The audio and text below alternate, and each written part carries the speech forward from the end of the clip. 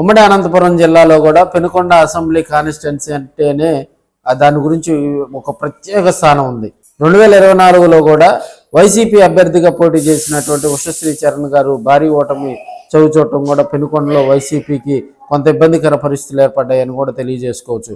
అప్పటి వరకు ఎమ్మెల్యేగా పనిచేసినటువంటి శంకర్ నారాయణ, జగన్మోహన్ రెడ్డి ఈ కాన్స్టిట్యున్సీల బదలాయింపులో భాగంగా ఆయన్ను అనంతపురం ఎంపీగా కూడా పంపించినటువంటి సందర్భాలు. అయితే కళ్యాణదుర్గం నుంచి 2019లో రాజకీయ ఎంట్రీ ఇచ్చి అక్కడ ఎమ్మెల్యేగా పోటీ చేసినటువంటి ఉషశ్రీ చరణ్ను అక్కడ కళ్యాణదుర్గంలో ఆదిలోనే తక్కువ టైంలోనే ఆమె మీద వ్యతిరేకత రావటం, ఆమెకు 2024 ఎన్నికల్లో అక్కడ కనుక సీటు కనుక కేటాయిస్తే మేము సపోర్ట్ చేయమని చెప్పి అక్కడ ఉన్నటువంటి వైసీపీ నాయకులందరూ కూడా మూకుమ్మడిగా పార్టీ అధిష్టానం దృష్టికి తీసుకెళ్లారు.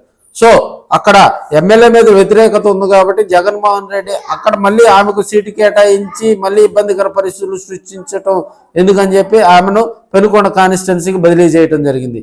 పెనుకొండలో పనిచేస్తున్నటువంటి శంకర్ నారాయణ అనంతపురం ఎంపీగా పోటీ చేయించేందుకు కూడా జగన్మోహన్ రెడ్డి చర్యలు తీసుకున్నా కూడా అవి రెండు బెడిసికొట్టినాయి. ఇటు పెనుకొండలో ఉషశ్రీ చరణ్ ఓడిపోయింది, అదేవిధంగా అనంతపురం ఎంపీగా పోటీ చేసినటువంటి శంకర్ నారాయణ ఓడిపోయారు. ఇప్పుడున్న పరిస్థితుల్లో కూడా వైసీపీ ఒక స్ట్రాటజీతో ముందుకెళ్తుంది కాబట్టి ఓడిపోయిన తర్వాత పెనుకొండ లోకల్ లీడర్ అయినటువంటి శంకర్ నారాయణ అక్కడ స్థానికంగా నివాసం ఉంటూ పెనుకొండలో కొంత పార్టీ కార్యక్రమాలు కూడా విడిగా వేరే కుంపటి పెట్టుకొని చేస్తూ ఉన్నారు. మన రైతు కార్యక్రమం అయితేమి, మన విద్యుత్ మీద పోరుబాట అయితేమి, విద్యుత్ మీద పోరుబాట మనకి ఉషశ్రీ చరణ్ ఆధ్వర్యంలో జరిగితే వీరు వర్గం హాజరు కాల.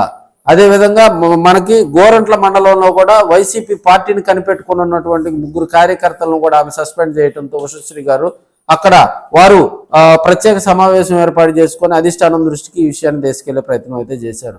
సో పెనుకొండ కాన్స్టిట్యున్సీలో వైసీపీ రాజకీయాల్లో మాత్రం ఒక అలజడి నెలకొందని కూడా మనం తెలియజేసుకోవచ్చు. భారీగా కూడా ఇక్కడ పార్టీ కార్యక్రమాలు చేస్తున్నప్పటికీ కూడా ఒక వర్గం ఒకవైపు, ఒక వర్గం ఒకవైపు చేస్తున్నటువంటి సందర్భం.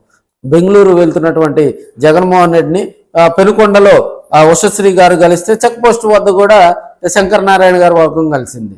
సో ఇప్పుడు స్థానికంగా ఉంటూ కార్యక్రమాల్లో పార్టీ కార్యకర్తలకు అండగా ఉంటున్నటువంటి శంకర్ నారాయణ అక్కడ ఇన్ఛార్జిగా పెట్టాలా, ఉషశ్రీ ఆల్రెడీ శ్రీ సత్యసాయి జిల్లాలో ఆమె జిల్లా అధ్యక్షురాలుగా ఉన్నారు కాబట్టి ఆమెకు అక్కడ సీటు కేటాయించాలనేది కూడా పార్టీకి తలనొప్పిగా మారింది. వీరిద్దరి ఈ మధ్య కొన్ని కార్యక్రమాల ఆధిపత్య పోరు ఉంటే జగన్మోహన్ రెడ్డి గారు కూడా కలగజేసుకొని సర్ది చెప్పే ప్రయత్నం చేసినప్పటికీ కూడా అవి కొంతమేరకే పనిచేసినాయి. ఇప్పుడు ఇద్దరు కూడా పార్టీ కార్యక్రమాల్లో యాక్టివ్గా పాల్గొంటూ నాదంటే నాది ఏమో బెంగళూరులో ఉంటూ ఉషశ్రీ గారు పార్టీ కార్యక్రమాలు అప్పుడు కూడా 1-2 రోజులు అక్కడ పెనుకొండ కాన్స్టిట్యున్సీలో టెస్ట్ వేసి ఆ కార్యక్రమం సక్సెస్ చేసుకొని వెళ్తున్నటువంటి సందర్భాలు అక్కడ చూస్తూ ఉన్నారు. సో అక్కడ శంకర్ నారాయణకి గనక ఇస్తే లోకల్గా ఉండి అందుబాటులో ఉండేటువంటి ఆయన గనక ఆ పార్టీలో మళ్ళీ సమన్వయకర్తగా నియమిస్తే కూడా పార్టీ బలోపేతం అవుతుందని ఒక వర్గం చెప్తుంది. ఒక వర్గం జగన్మోహన్ రెడ్డి గారి సపోర్టు, అదేవిధంగా అధిష్టానం సపోర్టు ఉషశ్రీ చరణ్కే ఉంది, మళ్ళీ ఆమెనే సమన్వయకర్తగా కొనసాగిస్తారని మరో వర్గం చెప్తా ఉంది. మరి కొన్ని రోజుల్లో కూడా పెనుకొండలో కూడా పెను సంచలనాలు వస్తాయని కూడా మనం తెలియజేసుకోవచ్చు.